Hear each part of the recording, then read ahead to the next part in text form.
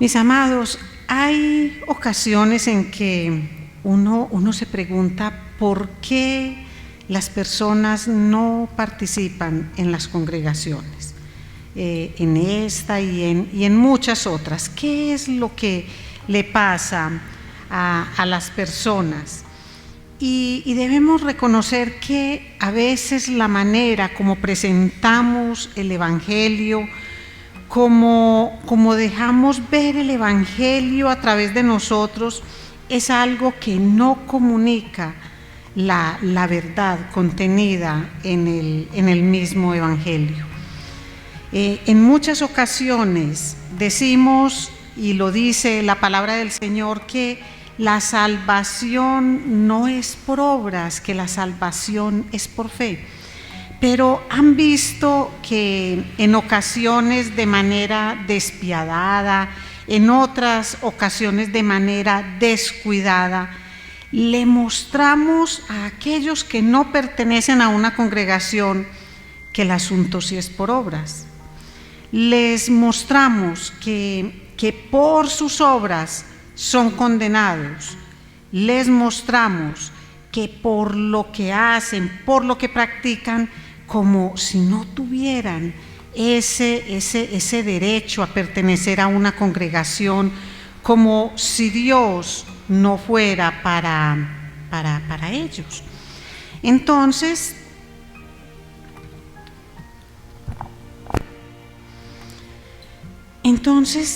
nosotros lo que hacemos con ese tipo de actitudes es casi como decir, no, es que la iglesia no debe albergar pecadores.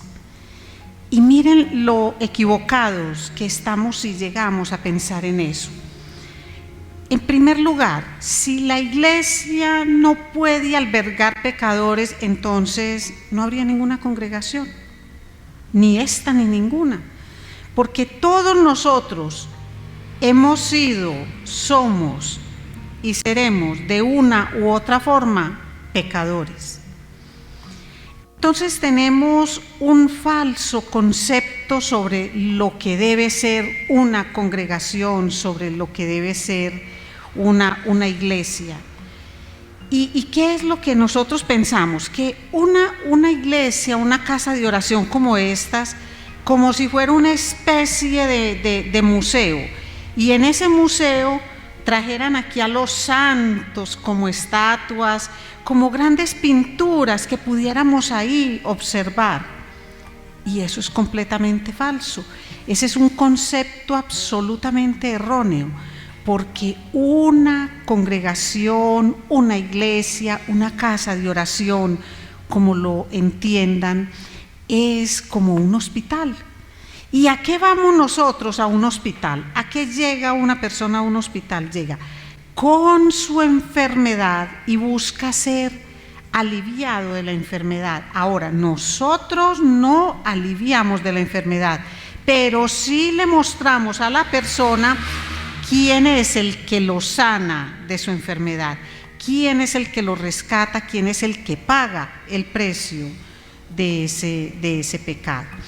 Entonces, es un error que, aunque no lo decimos, lo manifestamos. Y la prueba de eso radica en la manera como miramos al pecador.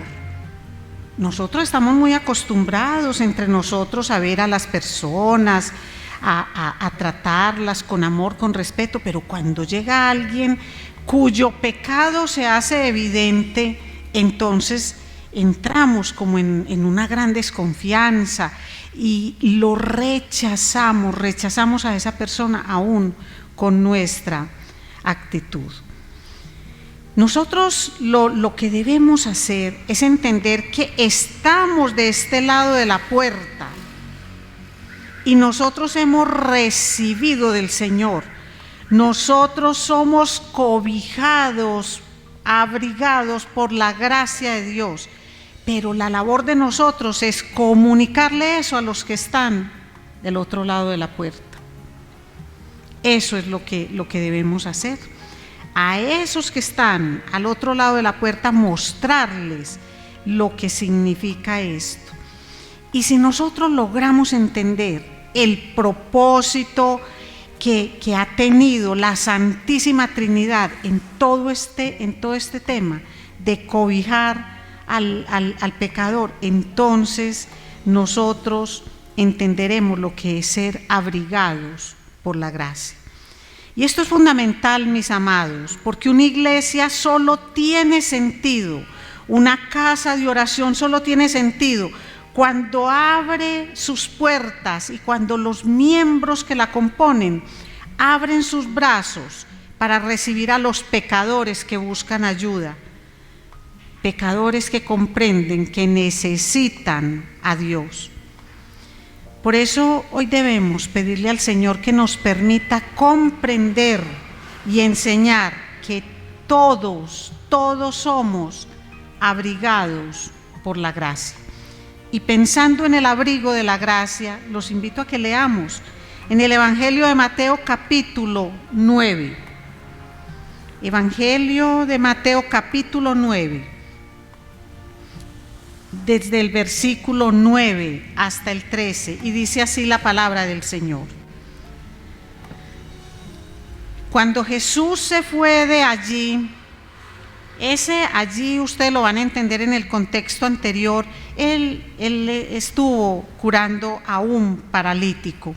Cuando Jesús se fue de allí, vio a un hombre llamado Mateo sentado en la oficina de los tributos y le dijo: sígueme. Y levantándose, le siguió. Y sucedió que, estando él sentado a la mesa en la casa, he aquí muchos recaudadores de impuestos y pecadores llegaron y se sentaron a la mesa con Jesús y sus discípulos. Y cuando vieron esto, los fariseos dijeron a sus discípulos: ¿por qué come vuestro maestro con los recaudadores de impuestos y pecadores? Al oír esto, él dijo: los que están sanos no tienen necesidad de médico, sino los que están enfermos. Mas id y aprended lo que significa misericordia quiero y no sacrificio, porque no he venido a llamar a los justos, sino a pecadores. Señor, gracias, Padre. Permítenos, Señor, a través de este texto entender y enseñar lo que significa, Señor, ser abrigados por esa gracia maravillosa, Señor, que nos has dado. Te lo pido, mi Señor, en el nombre poderoso de Cristo Jesús. Amén. Muy bien. Abrigados por la gracia es el nombre que le hemos dado a este mensaje y a través del cual vamos a navegar por todo este texto. Un texto que normalmente es acostumbrado para hablar de lo que es el llamamiento de un discípulo. Como Mateo, siendo un recaudador de impuestos, un hombre que tenía una condición social y económica interesante, muy odiado por los judíos, porque él era, en este caso, un intermediario entre Roma y los judíos. Él le recaudaba unos impuestos muy grandes a su propio pueblo y una parte de eso la pasaba a Roma, al Imperio Romano, pero se quedaba con la otra. Por eso era un hombre que, apropiándose de recursos de su propio pueblo, se enriquecía y era odiado por su pueblo. Pero de todas formas era un hombre que tenía una holgura económica y la verdad es que para muchos el temor de Dios no se manifiesta en ese tipo de circunstancias, sino que lo ven como su trabajo, y si yo estoy bien, pues los demás ya verán cómo arreglan sus propios asuntos. Entonces, esto todo acerca del llamamiento de Mateo es muy importante conocerlo, pero hoy los invito a mirar las personas que estaban ahí en esa mesa, en esa sala o ese comedor, en ese sitio donde se habían reunido. Entonces, primero que todo vemos a Jesús y a sus discípulos, a Mateo, que es el anfitrión, pero aparecen, digamos, los amigos, familiares, los conocidos, los amiguitos, los que ejercían las mismas labores de Mateo. Aparecen los recaudadores de impuestos y dice la palabra los pecadores. Cuando habla de los pecadores no especifica qué pecado es, pero podemos hablar de personas que tienen una baja reputación. ¿Y por qué la tienen? Porque son personas que no acatan las normas de los rabinos. Entonces eran personas despreciadas por los fariseos. ¿Quiénes más están en ese sitio? Ahí hay unas personas que están como observadoras. Yo no creo que sentadas comiendo al mismo tiempo con ellos, pero están como observadores. Y son los fariseos. Estos no perdían la oportunidad para atacar a Jesús por sus palabras y por sus acciones. Y en este caso lo que hicieron fue esperar a los discípulos, esperaron como la oportunidad para decirle que era eso, pues que su maestro estaba comiendo con estos recaudadores de impuestos y con estos pecadores. Pues valiente maestro que tienen ustedes, que ni siquiera respeta lo que son las normas judías, o acaso no entiende con quién está ahí sentado. Estos fariseos, la verdad es que eran demasiado orgullosos y tenían como una autojustificación. Ante sus propios ojos ellos estaban muy bien, entonces ellos no entendían por qué Jesús estaba abrigando con su gracia, por qué les estaba dando como lo mejor que tenía a estos hombres. Lo que no entendían estos fariseos es que Jesús no solamente le ofrecía a estas personas, sino también a ellos. Pero el orgullo que ellos tenían, ese llevarse como el puntico, como diríamos nosotros hoy, no les permitía ver más allá de su propio orgullo y de las propias normas que a ellos los regían.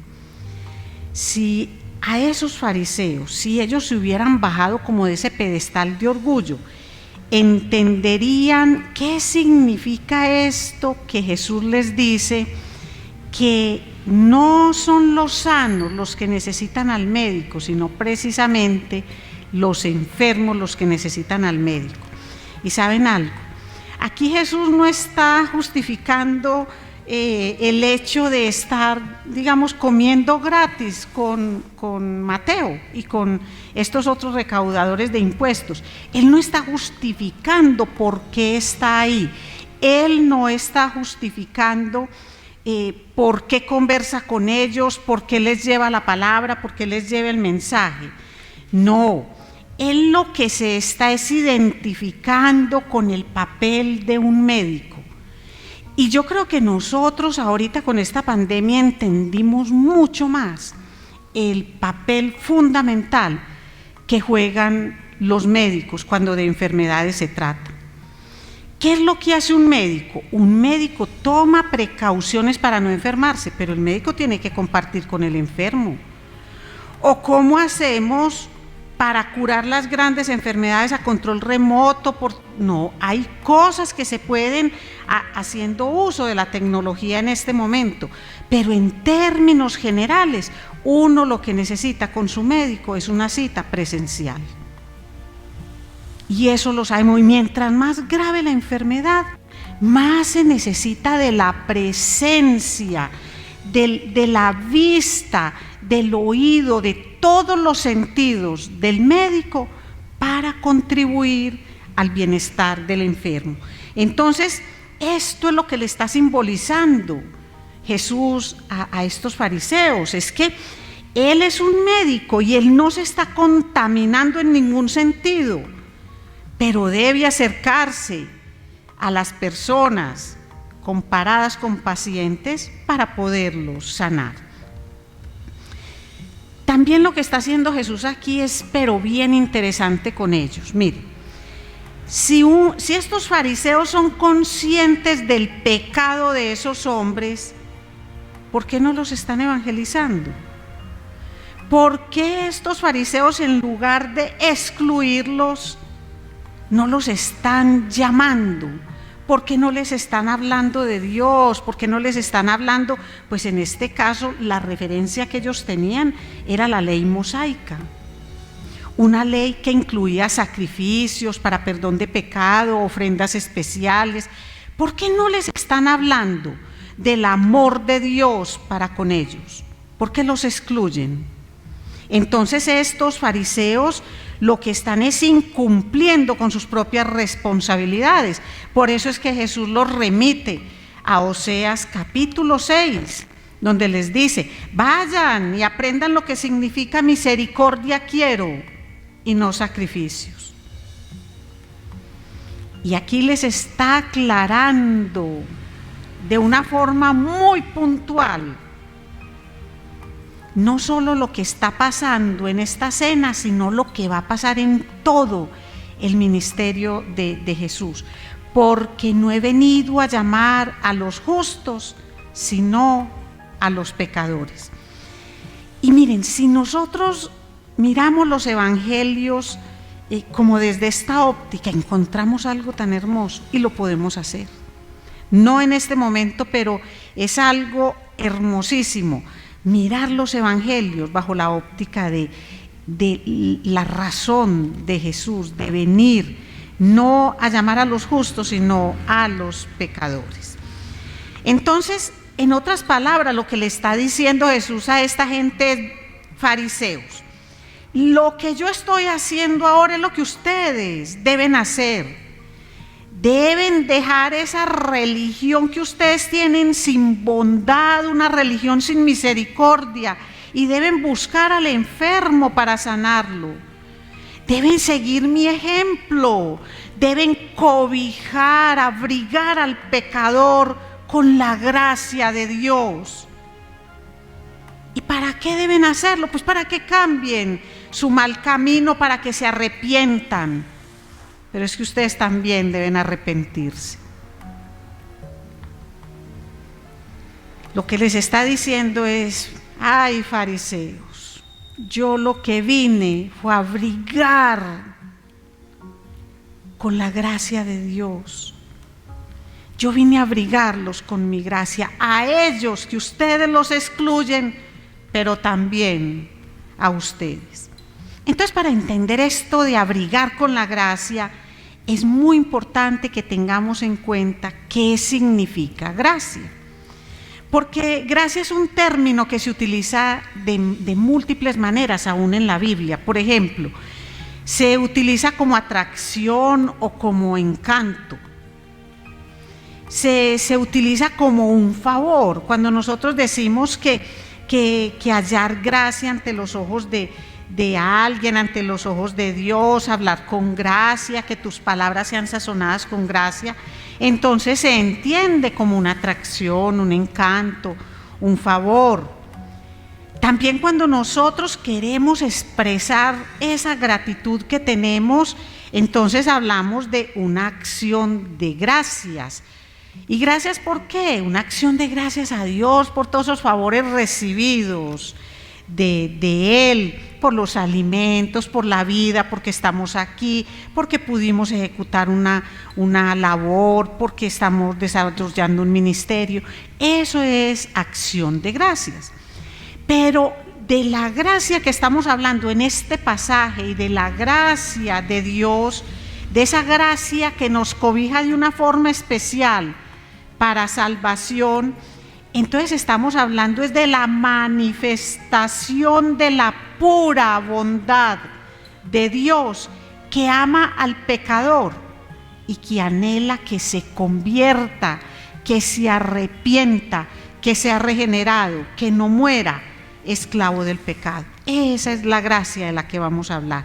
Entonces vamos a hablar de la pura manifestación de la bondad de Dios que ama al pecador. Es esa la gracia. Es una gracia que nosotros vemos desde el Antiguo Testamento. La gente se equivoca mucho con eso y por eso muchos se quedan en las prácticas del Antiguo Testamento.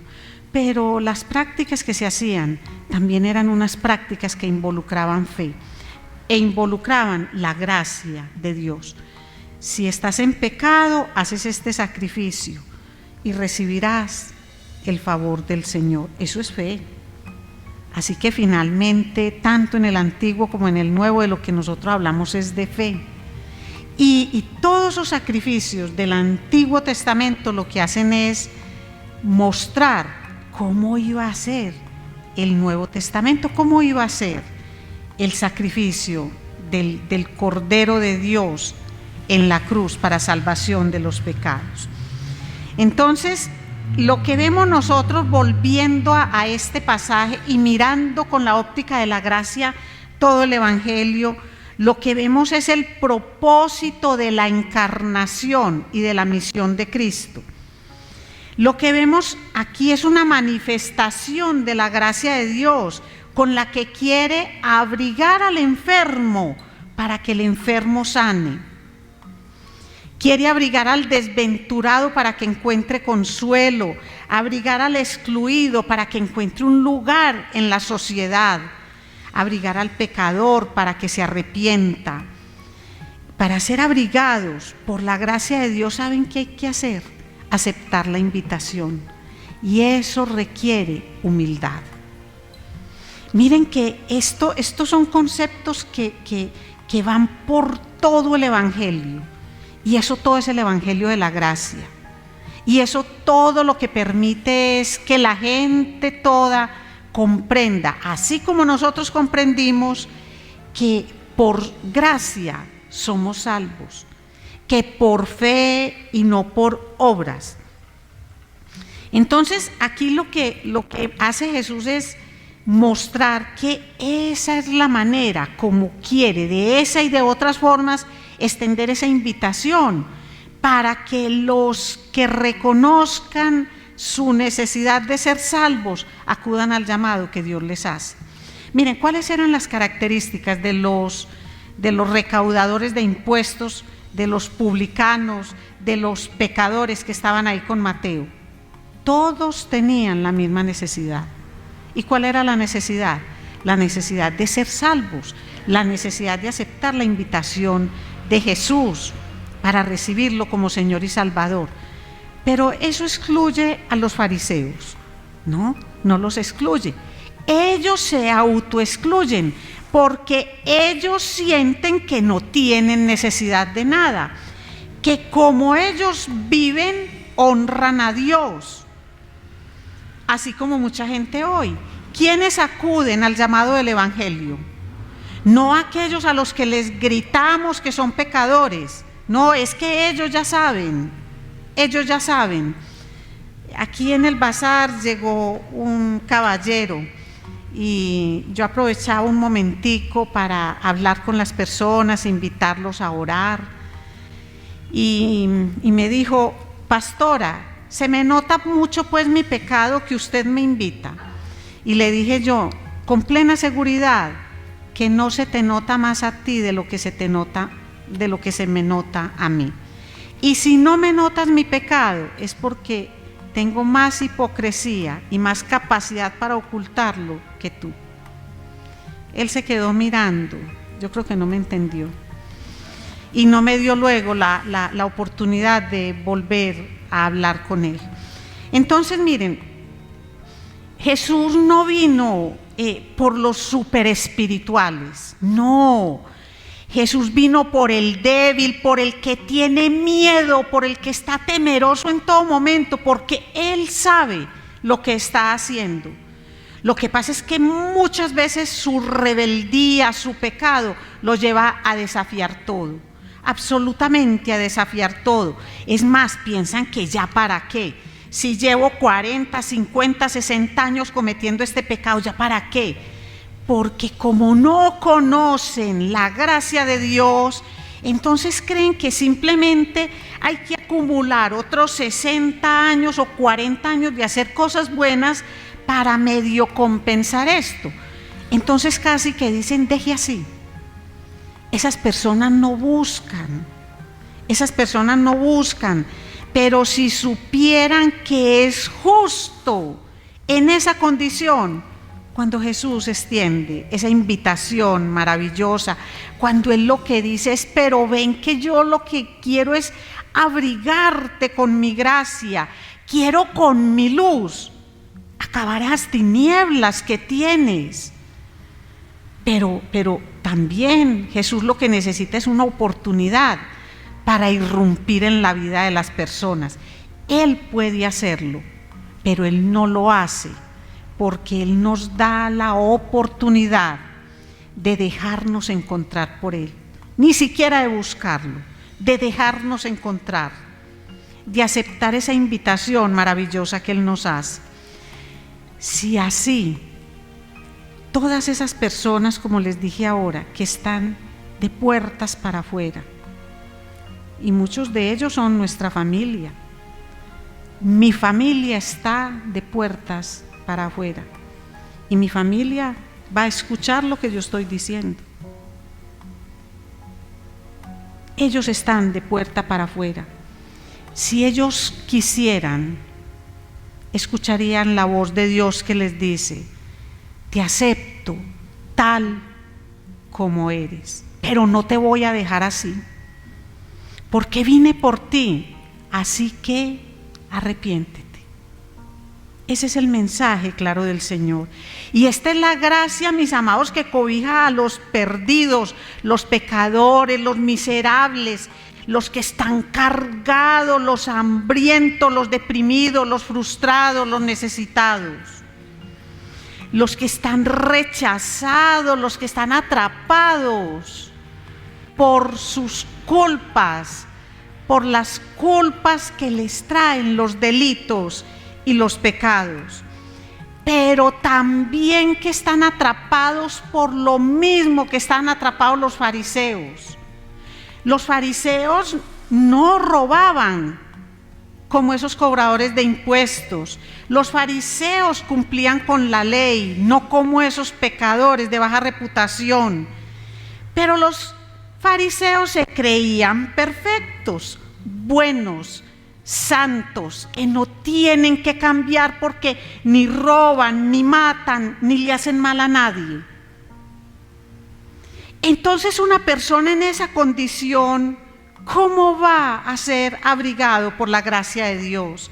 Es que Dios abriga al desnudo, al necesitado, al que pide, al que clama, al que recibe, no al que rechaza, con el orgullo y la prepotencia que a veces nos hace pensar que no necesitamos, que ya la hicimos. Y qué pesar, que si no nos alcanzó lo que hicimos, ahí quedan los otros, para que con los rezos, novenas, oraciones y miles de cosas ajusten el pedacito que me hizo falta, y no, mis amados. Porque a la gracia de Dios que cobija no le falta nada, absolutamente nada, pero hay que creerlo y hay que entenderlo. Hay muchas personas, mis amados, que se desaniman porque hay un concepto muy erróneo de la vida cristiana, y es que en las iglesias, en las casas de oración, los que nos llamamos cristianos, y créanme que no estoy hablando únicamente de los protestantes evangélicos, no, se ven rostros muy severos, que hacen que la persona no sienta la confianza para entrar. Entonces, si esas personas ven a los que estamos de puertas para adentro con esos rostros cargados como de una amargura, como de una pesadez, como de una pereza, como de una desazón, ¿qué van a querer entender lo que significa el gozo de la salvación? ¿Y qué van a querer si pueden allá sentir que tienen más de lo que tienen aquí? Miren, nosotros lo que debemos hacer es mostrar lo que significa que somos cobijados por la gracia de Dios. Y lo que debemos mostrar es que nosotros estamos alejados del pecado, pero no de los pecadores. Porque si nosotros hemos recibido la gracia de Dios ¿cómo no la vamos a expresar a aquellos que nosotros creemos que no la han recibido? Creemos, porque no podemos estar siquiera seguros. No podemos, porque eso ya es entrar a juzgar o entrar a calificar a la persona por sus obras. Miren, una vez en una convención en la empresa de turismo en la cual yo trabajaba, estábamos muchas personas y no entiendo por qué, pero empezaron a conversar entre ellos acerca de los cristianos. Y yo escuché la voz de era en ese momento de mis empleadas, y levantó la voz y decía: no, es que yo no me hago cristiana, porque los cristianos, si son hombres, fueron borrachos, fueron violadores, ladrones, malos maridos, y si son mujeres, entonces fueron prostitutas, ladronas, chismosas, adúlteras. Yo no me quiero hacer cristiana. Yo respiré como pude, como a esperar a que se me bajara el color de la cara, que ya ustedes me conocen, y luego de haber respirado le dije: bueno, de pronto se te olvidó que yo soy cristiana. ¿Y yo en cuál de las categorías estoy? Entonces, como la descripción que dio para las cristianas era pero absolutamente desalentadora, yo creo que esa mujer dijo: ay, Dios mío, esta es mi última convención en esta empresa, trágame tierra. Pues le cuento que ni fue la última convención ni se la tragó la tierra. Tuve oportunidad de hablar con ella, pero no, aparte de pedir disculpas por ser yo la única excepción, según ella, entre todas las personas que conoce, ella no abandonó su posición de orgullo. Entonces, miren, este es un claro ejemplo de alguien que no entiende el evangelio de la gracia, de una persona que cree que Dios está con ella porque ella es buena y merecedora del cielo. Y así hay muchas personas que creen con respecto a Dios: es que yo tengo ganado el cielo porque soy esto y porque soy aquello y porque soy lo otro. Miren, vivir por gracia significa que reconozcamos los lados oscuros y los lados esplendorosos, maravillosos de nuestras vidas. Significa que nosotros no recibimos la gracia de Dios, la salvación, por las cosas que hacemos o dejamos de hacer, sino por la abundante generosidad de Dios para con nosotros pecadores. Y es que la gracia no solamente la dio el Señor como: porque soy muy misericordioso, muy bueno, les doy la gracia, sino que es que la gracia tiene un ingrediente especial, y es que la gracia de Dios se dio a través del Señor Jesús, y se selló por completo en la cruz. ¿Por qué? Porque en la cruz se pagó a Dios mismo por la justicia y la santidad que han sido violados por el pecado. Recordemos que Dios mismo dijo que la paga del pecado es muerte, y alguien debía morir. ¿Y quién murió? Un inocente. ¿Y por qué murió? Por la gracia de Dios, porque Él mismo es la gracia. Dice Romanos 3, desde el versículo 23: por cuanto todos pecaron y no alcanzan la gloria de Dios, siendo justificados gratuitamente por su gracia, por medio de la redención que es en Cristo Jesús, a quien Dios exhibió públicamente como propiciación por su sangre a través de la fe, como demostración de su justicia, porque en su tolerancia Dios pasó por alto los pecados cometidos anteriormente. No es que los haya pasado por alto porque es un alcahuete, sino porque pagó por él, pagó por todos esos pecados. ¿Y quién pagó? Pagó Jesús. entregando su vida en la cruz. Así que era indispensable el sacrificio en el Calvario, no era optativo. No era, ay, sí, vamos a terminar en esto, no, era indispensable. ¿Y cómo recibimos nosotros la gracia? ¿De qué manera? Por la sangre de Cristo y a través de la fe, que también es parte de la gracia de Dios. Dice Romanos 11:6, pero si es por gracia, ya no es a base de obras. De otra manera, la gracia ya no es gracia. Y si por obras ya no es gracia, de otra manera la obra ya no es obra. Parece como un trabalenguas bíblico. Lo que está diciendo, mijitos, es por gracia, no es por obras. Porque si es por lo que ustedes hacen, entonces ¿dónde está la gracia? La gracia que les doy, ¿dónde está el regalo del Señor? En ninguna parte. Si uno solo se pudiera salvar por obras, vano fue el sacrificio de Cristo en la cruz, otro lo podría hacer. Pero era imposible, es imposible para cualquiera lograr la salvación a través de obras. Dice Efesios 2, porque por gracia sois salvos por medio de la fe, y esto no de vosotros, pues es don de Dios, no por obras, para que nadie se gloríe. Así que, ¿qué es lo que debemos hacer después de entender todo esto? Pues aceptarlo. Aceptar ese don de Dios, aceptar ese regalo de la gracia de Dios y recibirlo, ahí sí, con gratitud, con acción de gracias. ¿Y qué efectos tiene la gracia en nosotros?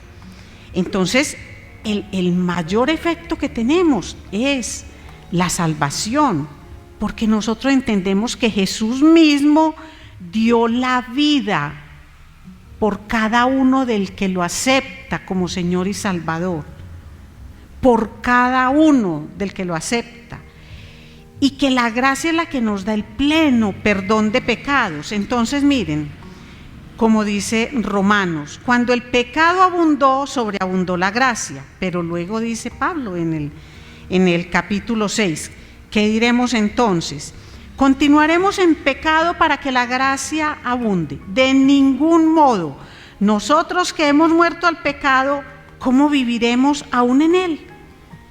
Y es que cuando nosotros entendemos la gracia, que somos abrigados por la gracia, se despierta en nosotros la gratitud hacia Dios. ¿Y qué hacemos cuando nos sabemos salvos? Entonces empezamos con las buenas obras, no para ser salvos, sino porque ya somos salvos, ya somos. Entonces primero es la fe y creer, que no es porque somos muy que vamos a lograr el favor del Señor, no es por eso, es porque se manifiesta en forma abundante la misericordia de Dios en favor de nosotros, pecadores. Miren, el llamado que Dios nos hace a todos es a creer en la gracia, a ser llenos de ella, para que entendamos por qué es que Pablo dice, pues el Señor le dice a Pablo, bástate con mi gracia. Es decir, no es como cualquier bobadita, no es un premio de consolación, sino que es lo máximo. Entonces, ¿qué debemos hacer nosotros? Aceptar la invitación de Jesús a pasar tiempo y a dar testimonio, pasar tiempo en la gracia y dar testimonio de la gracia de Él. ¿Y a quién le vamos a dar ese testimonio? Debemos imitar lo que hizo Jesús. Miren, cuando repasamos todo el Evangelio, la mayor parte del tiempo de Jesús se pasó con personas pobres, ciegas, leprosas, paralíticas, pecadoras, prostitutas, cobradores de impuestos, perseguidos, adúlteros, poseídos por demonios, incluso hasta el momento de la cruz. ¿Con quiénes estuvo? Con los ladrones, con asesinos, pero todos ellos pudieron ver el resplandor de la gracia en medio de las tinieblas. Pero ahí no para, porque entonces estaríamos diciendo que Jesús es excluyente. Jesús también pasó tiempo con ricos, influyentes, políticos, sacerdotes, con los de la clase alta, porque es que abrigar con la gracia es algo que Dios tiene para todos a través de Cristo Jesús. ¿Qué debemos hacer? Aceptar la invitación. Entonces esto no es un evangelio para pobres porque no se tenga dinero.